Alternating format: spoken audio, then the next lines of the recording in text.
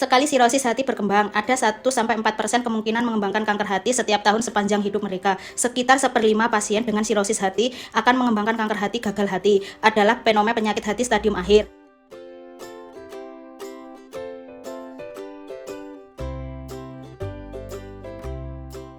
Halo semua, saya Dr. Liu Ichi dan menyambut Profesor I Minglong di jalur keperawatan. Halo semua, saya Dr. I Minglong. Bagaimana perkembangan hepatitis B?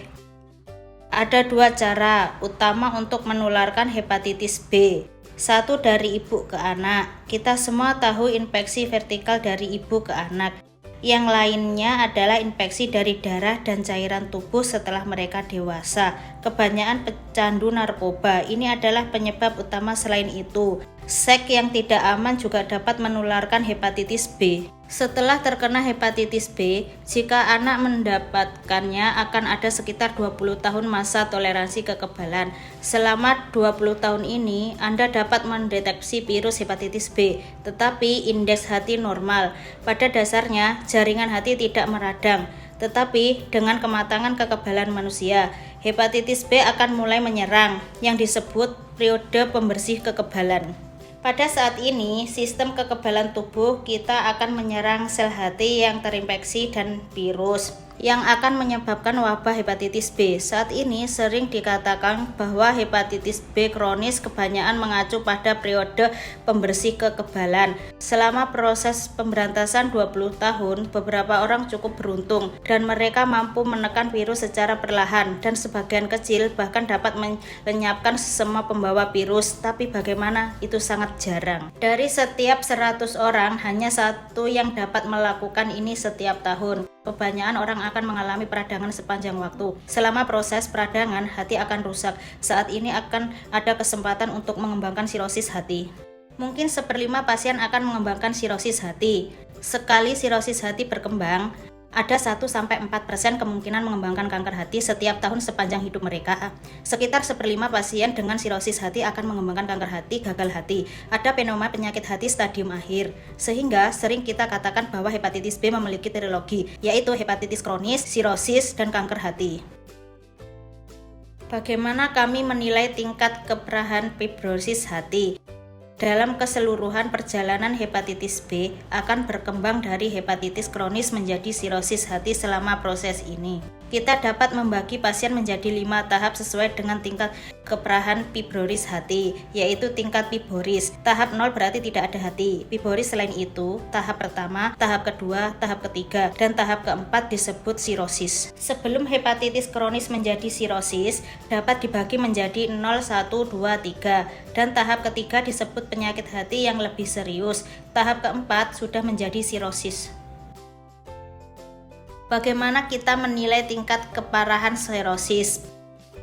Pemeriksaan sirosis hati yang paling sederhana adalah USG, tetapi USG adalah prediksi. Sekarang kami memiliki USG fibrosis hati yang hanya dapat memeriksa apakah ada sirosis hati. Baru saja Dr. Liu menyebut bahwa itu sangat penting. Sirosis hati dibagi menjadi 3 tahap untuk mewakili tingkat keparahannya. Tahap pertama adalah saat fungsi kompensasi masih utuh, disebut tahap anak A, dan tahap kedua disebut tahap anak B. Ada gagal hati, tapi masih di tengah. Tahap ketiga C sudah di tahap akhir. Pada kali ini, pergantian hati diperlukan. Ada 5 elemen utama dalam tahap anak ini. Satu adalah albumin dalam darah, dan yang lain adalah bilirubin dalam darah. Selain itu, fungsi pembekuan darah. Dan apakah ada asites dan koma hepatik? Kelima elemen ini membentuk skor untuk menilai tingkat keparahan sirosis hati. Kapan pasien hepatitis B direkomendasikan untuk menerima pengobatan? Jika Anda masih dalam masa toleransi kekebalan, indeks hati normal, dan hati tidak rusak, Anda tidak perlu menerima perawatan saat ini karena efek pengobatannya kurang baik, tidak perlu mendapat pengobatan. Jika sudah memasuki masa tidak aktif, virusnya sangat rendah, dan indeks hati normal, tidak dianjurkan untuk menerima pengobatan. Pengobatan adalah selama periode pembersihan kekebalan dan periode pembersihan kekebalan. Pasien dapat dapat dibagi menjadi beberapa kategori. Kategori pertama adalah ketika dia tidak memiliki sirosis hati. Pada saat ini, tingkat fibrosis hati harus dievaluasi. Jika itu adalah stadium 0 hingga stadium 2, relatif ringan. Untuk pasien dengan penyakit hati ringan, perlu dievaluasi jumlah virus dalam darahnya saat ini. Secara umum, jumlah virus di atas 2000 IU atau ml. Kecuali ini, selain itu, Anda juga harus bekerja sama dengan indeks hati. Jika lebih ringan, itu harus lebih dari 2 kali batas atas nilai normal. Dengan ketiga unsur ini disarankan untuk memulai pengobatan. Adapun pasien fibrosis yang lebih serius itu adalah pasien fibrosis tahap ketiga. Saat ini viral load mencapai 2000 IU atau direkomendasikan untuk dirawat jika indeks hati di atas ml, tetapi selama indeks hati tidak normal, ini adalah pasien dengan penyakit hati sedang.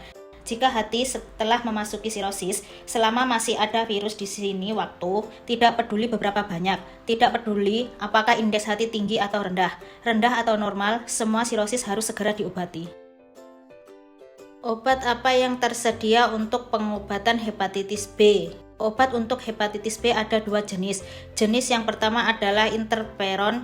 Interferon diberikan melalui suntikan, sama dengan pengobatan hepatitis C awal. Sekarang diberikan seminggu sekali selama setengah tahun sampai 1 tahun. Kategori besar lain adalah obat antivirus oral. Obat antivirus oral sangat sederhana, 1 tablet sehari. Beberapa lama waktu yang dibutuhkan, belum tentu kondisi setiap orang berbeda. Secara umum, setidaknya butuh 3 tahun untuk meminumnya sekarang. Dan beberapa orang harus meminumnya seumur hidup.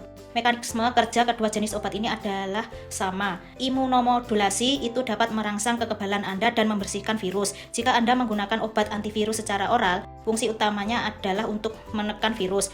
Dengan menekan virus dapat mengurangi peradangan hati, sehingga kemungkinan kanker hati dan sirosis akan sangat berkurang di masa depan. Terima kasih Dr. Yi untuk datang ke garis perawatan. Sampai jumpa lagi. Selamat tinggal.